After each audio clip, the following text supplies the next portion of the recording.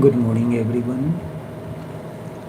We are coming to you live via YouTube streaming, via Facebook streaming, and also via Skype online.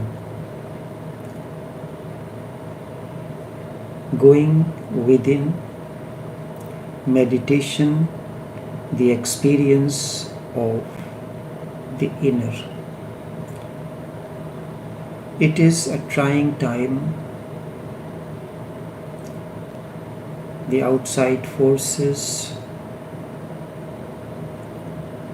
we can offset only through inner strength, oneness, and understanding. Going within meditation, the experience of the inner. Normally we act out of conclusions, out of memory. Whenever you act out of conclusions, it is your mind, it is your ego, it is your memory that is working. When you look into the present without any conclusion, you do not allow any idea to obstruct the reality, the fact. You just look into and act out of that look. It is meditation. Meditation is not something that you do for a certain period of time at a specific time in the morning and you are finished with it. It is something that has to go on in you moment to moment. How does it work? You are going on the road. Someone gives you a bad drive. Mind immediately comes in. At that moment, remembering that we are all part of one synergistic harmony. When you are pounding a nail on the wall, you are holding the nail with one hand and use the hammer in the other hand. If the hammer, which is held by the right hand, hits the thumb of the left hand, the right hand does not curse the left hand. There is, you can say, the thumb, the hand is unconscious. No, it is more alive than you. It is a part of, why don't your one brain says curses the right hand? Because you understand very well that it is the part of one reality that you are. At that moment, you try to apply whatever medicine, whatever things is needed. It is the right hand that applies the medicine, the ointment, the treatment, whatsoever it is. This is, if this understanding becomes a part of your life, day to day, then you are living, you are meditative. Then you do not need to meditate or say that I meditate 2 hours every day or 1 hour or half an hour. This is, meditation becomes a part of your life. Moment to moment functioning. You are eating something. Are you eating to taste? Eating to live or living to eat? The two approaches are there. When someone asks me,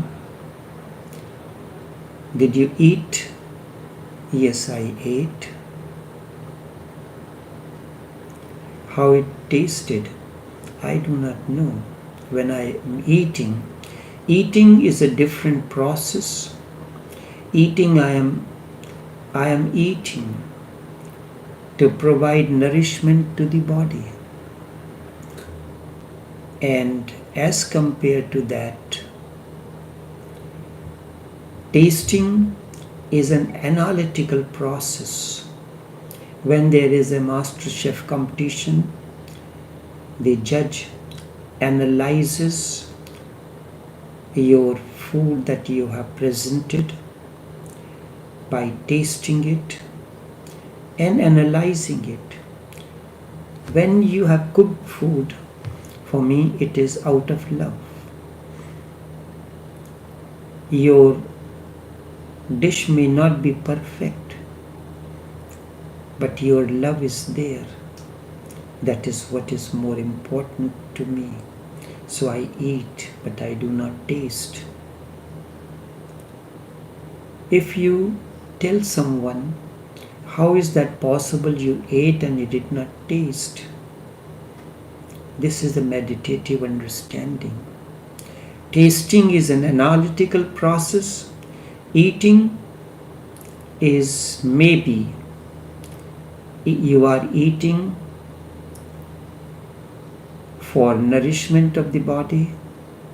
Maybe you are hungry. It's a different process. Never act out of conclusions.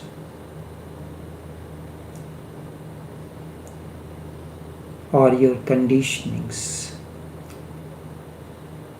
Your prejudices, your desires, your fears, and all the rest of it. It is not important to act out of these.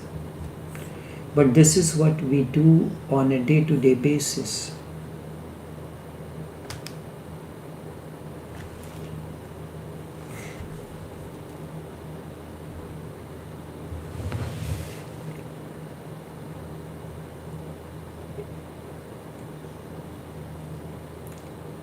When I said that you act out of the past, it means all your experiences are of the past. Do not allow the dead to overrule the living. This moment is alive, it is living, but your conclusions are of the past. You have tasted something yesterday, so you are using that as a criteria to taste, to judge what you have in front of you. Do not allow the death to overrule your life. That is what meditation is all about. In short, in meditation you are not there. Dead is not controlling the living.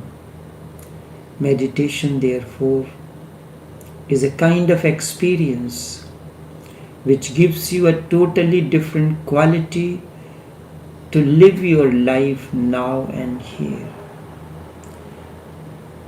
If meditation has blossomed in you, you do not live like a Hindu. Yes, when you follow the Hindu rituals or Islamic rituals, for certain things, that's a different matter. You do not live like a Hindu, Muslim, Indian, German.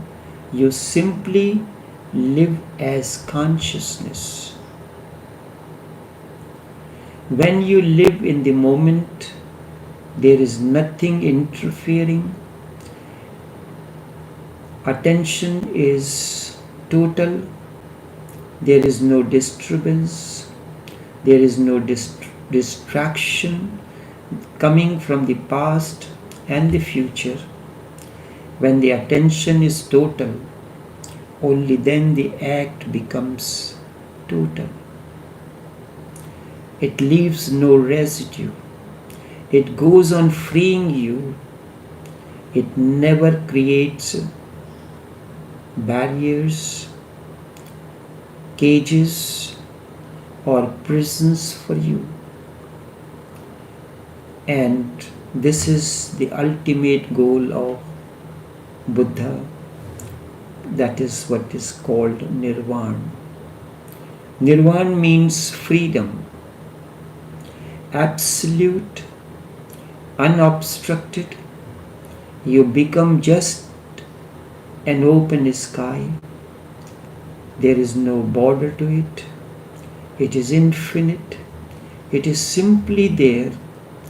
Then there is nothingness all around, both within and without. Nothingness, this nothingness is the functioning of the meditative state of consciousness. Nothingness is benediction. It is in itself benediction. Let us now go into the sutra from Prajna Paramita, Hridayam Sutra of Buddha, or simply the Heart Sutra. In this sutra, he is addressing to Sariputra, who is himself a bodhisattva. Buddha begins, and each sutra begins with therefore. In Sanskrit, therefore means at, and from that a word comes athato. Now, therefore. It refers to a state of continuity. What I am speaking today, it is the continuity of what I spoke yesterday. Life is a continuity. One moment unfolds into the other. One pearl or bead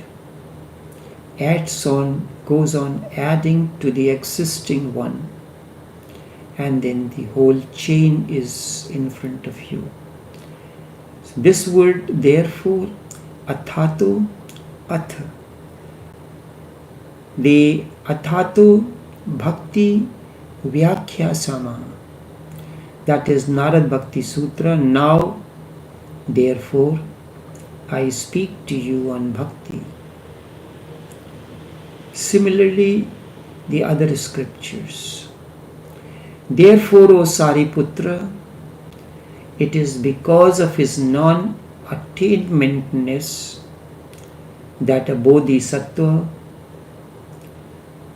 through having relied on perfection of wisdom, dwells without thought covering. There are no thoughts, no feelings. In the absence of thought coverings, he has been made not to tremble. It is the thought that comes in, thought of fear, thought of anger. It creates a movement in the body. Out of fear, there is a different manifestation, different expression through body. Out of anger, there is another. Out of frustration, if you analyze how does your body react when there is frustration, when there is anger, when there is fear, or when you are possessed by lust, the movement through the body is always different. Because of the attainment of perfection of wisdom, there is no thought covering. And when there is no thought covering, he has overcome all that can upset. A child lives in the moment, by the moment, for the moment. He has no past. So, there is nothing that can upset him in an innocent child. As the sense begins to develop in him, signs of thought covering starts surfacing. A bodhisattva who has no thought coverings, who has understood the perfection of wisdom, he does not act out of thought coverings. He has nothing that can upset him, and in the end he attains to nirvana, freedom, the absolute freedom. Remember that, therefore, is always indication that Buddha is going on looking into Sariputra's nothingness. Sariputra has attained to inner emptiness. He goes on feeling that his energies are relaxing more and more. When a doctor is checking you, he tells you to relax. And he notices that your breathing is relaxing.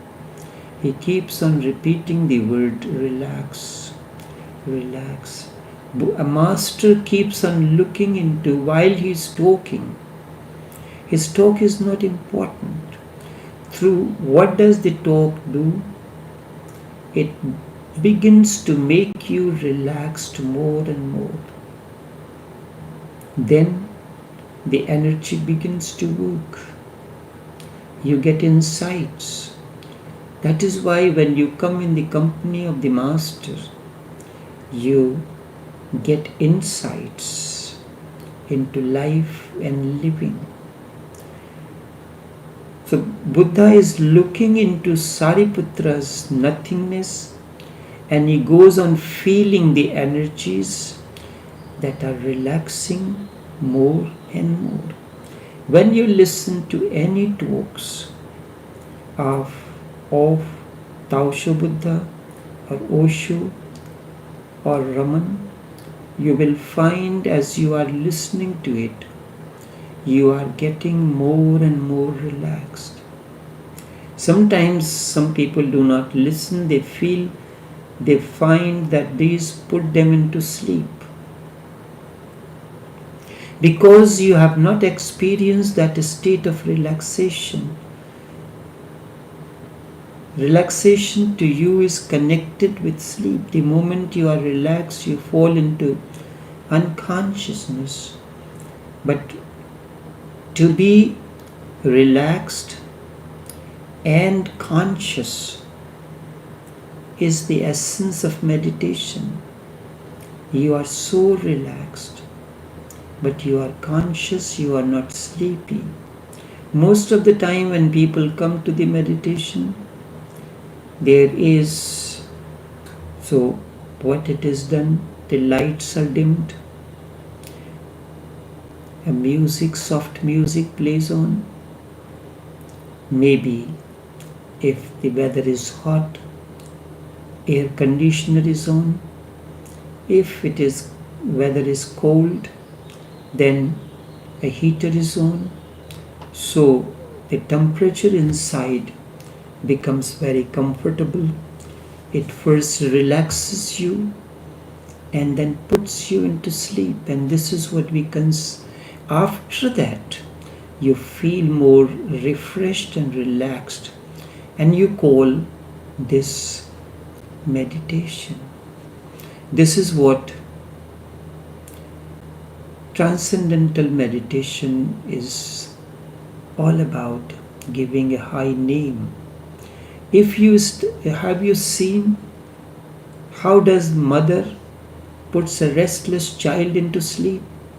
She starts singing lullaby, starts singing the words which have no meaning, nonsense, la la la la la la la la la la, it creates a boredom.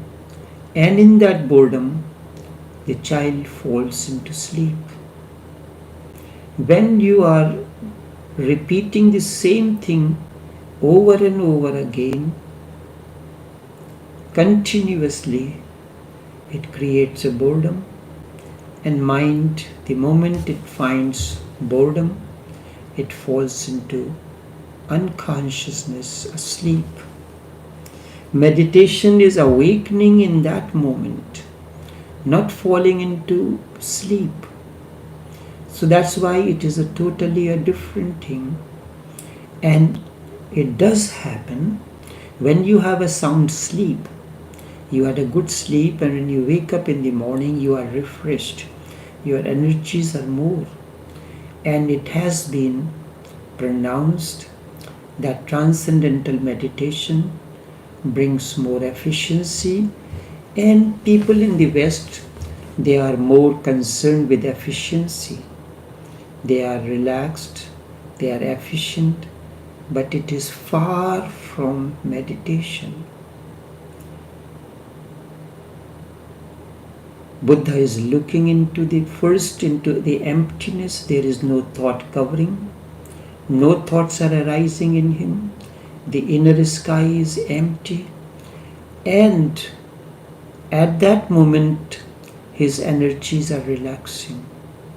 He is entering into a conscious, awakened state of relaxation. Not a sleepy state of relaxation. Thus his energies are no more in turmoil. There is no chaos. He is not brooding, but listening. He is not thinking, but he is just available with Buddha, present, open, and available. When I post something, many comments comes in. Comments like, I like this. You have said the thing rightly. You have correct, excellent, beautiful. And someone quotes something else, sends a link of a video. Someone says that everyone acts according to his own religious and spiritual belief system. This is not the way of being in the company of the Master. Any one of you who had been a professor will know, when you are teaching in the class, would you like a comment from a student? Sir, whatever you said was excellent. He can say your methodology was excellent and it made me understand better. It's a different kind of a thing. Rather than said that whatever you said is true, what does it mean? He is putting himself at the same level as that of the professor. Professor is there in the classroom teaching the students because he has obtained a certain degree, certain qualifications to teach to the undergraduate and graduate student. And you are yet not a graduate or still an undergraduate. Maybe one day you may excel beyond the professor who has been teaching you at the moment in the class. That is altogether different matter. But until you attain to those degrees, you cannot replace the professor. There are one person,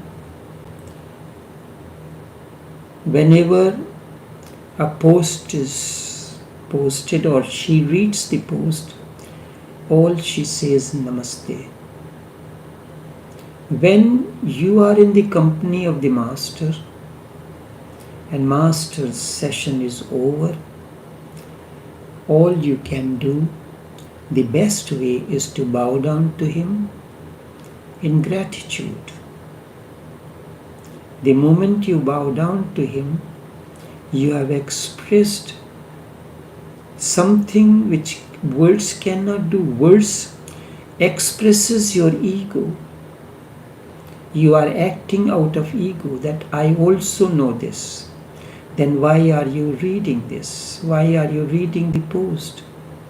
If you know whatever I said is absolutely right, then that means you don't need to read those posts. You already know. If I know something, I will not waste my time behind that. Or someone came to Buddha, he asked a question, is there God? Buddha said, no, there is no God. After some time, another person came. He asked Buddha, there is no God, what do you say? Buddha said, what do you mean? There is God alone and nothing else. Another person comes in. He said, Bhagavan,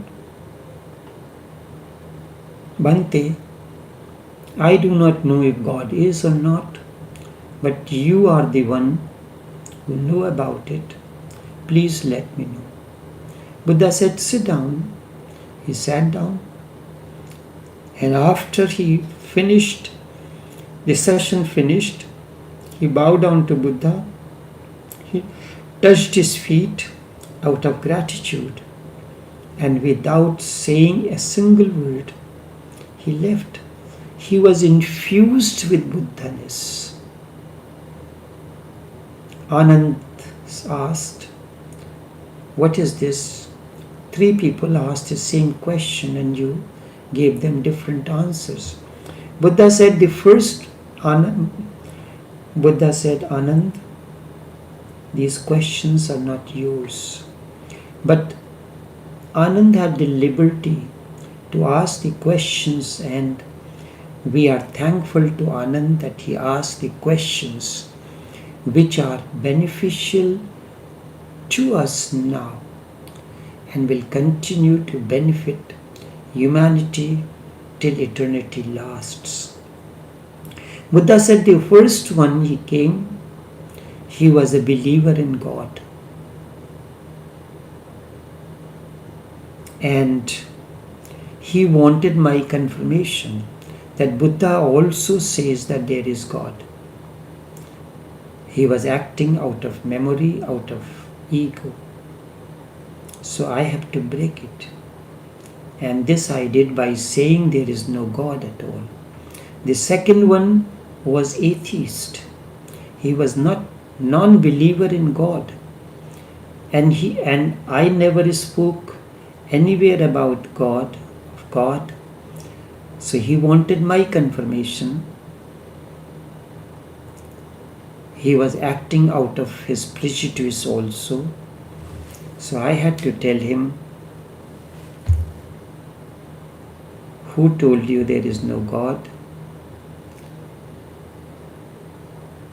So one was theist, the other was atheist. The third one was innocent. He wanted the experience. The first 2 were interested in knowledge. They were mind-oriented. The third one was heart-oriented. He wanted to have experience, to experience the state of nothingness that Buddha represents.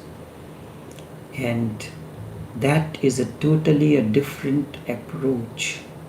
And after that, without uttering a single word, out of gratitude, he bowed down and left. So Buddha is looking into Sariputra. So this person who simply says namaste is acting out of heart something that touches her heart, something she understands. She feels full of gratitude. Instead of bowing down, she expresses that bowing down by a simple word, namaste. In more than a decade,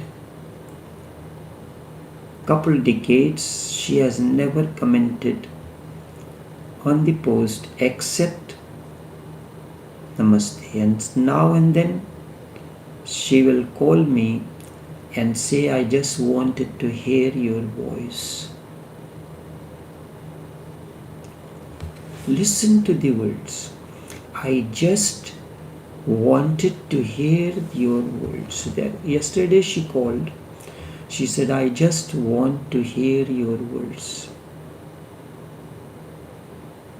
And all she did expressed her gratitude, how her life has transformed.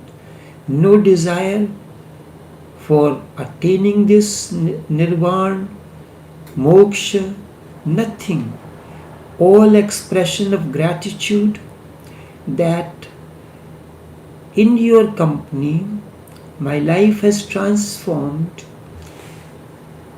Although I have many physical ailments, but there is bliss overflowing. All she spoke of her, whatsoever she spoke, is of her gratitude towards what has happened to her in the company. This person acts out of heart. Her prayers are accepted because she is acting out of. She spoke almost 20 minutes. All gratitude, thank you, thank you, thank you, nothing else. So Buddha is looking into the emptiness of Sariputra. His energies are relaxing. There is no turmoil. He is not brooding to listen. He is not thinking. And in that state, he is available to me. This lady was available to me every single fraction of a moment while she was on phone with me. There was no thought, nothing. Did not ask me any question. She has never asked any question. All she will tell me that I just want to hear your voice. You pour your heart into that person. And that person will certainly attain to what she has to attain. And certainly she will attain to freedom.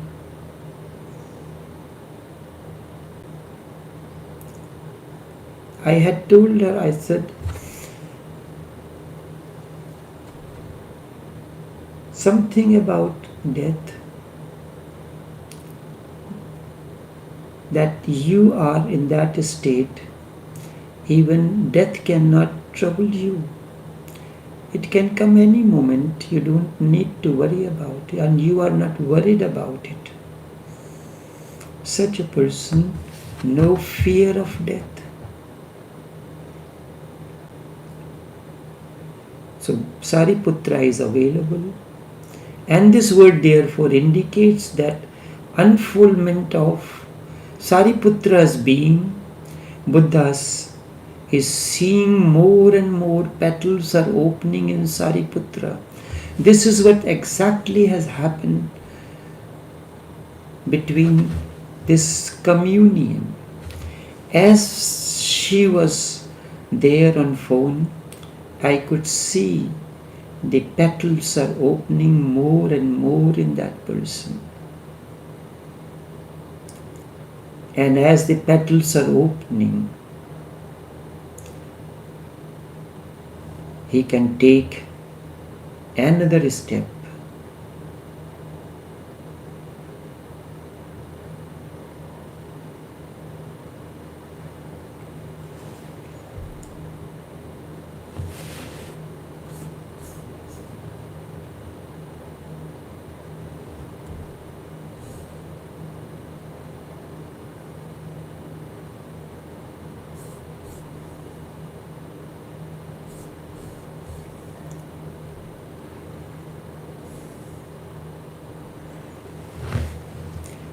This, therefore, the word that Buddha has used is not logical, it is existential.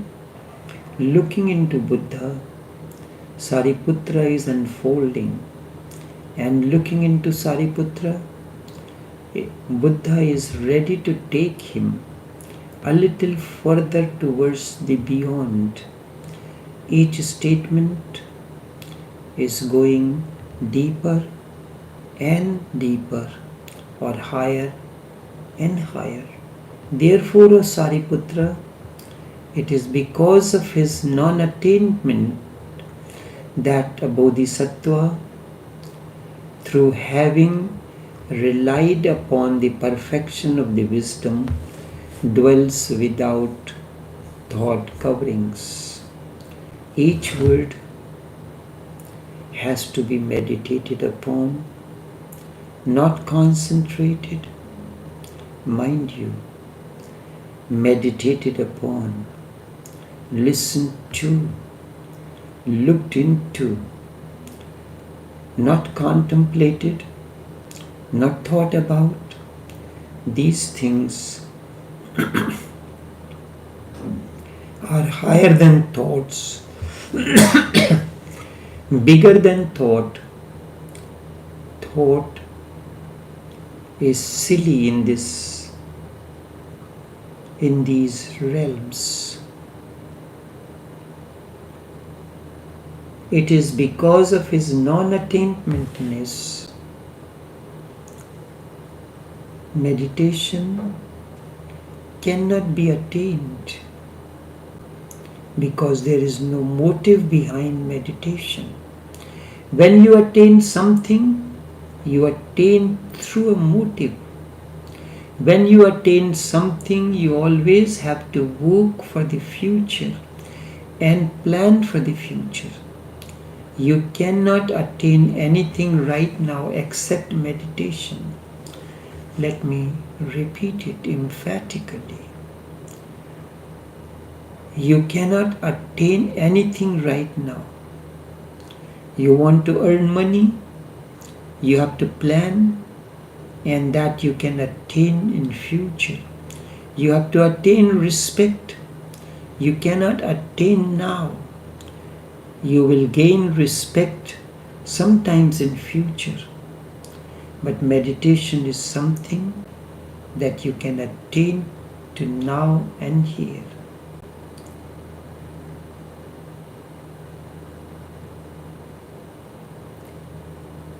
There are slow ways.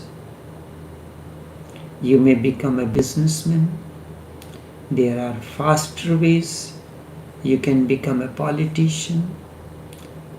But you have to do something in order to attain money, slow or fast. But time will be needed. Time is a must.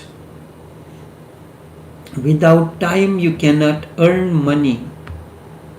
If there is no time, how can you attain to this in this very moment?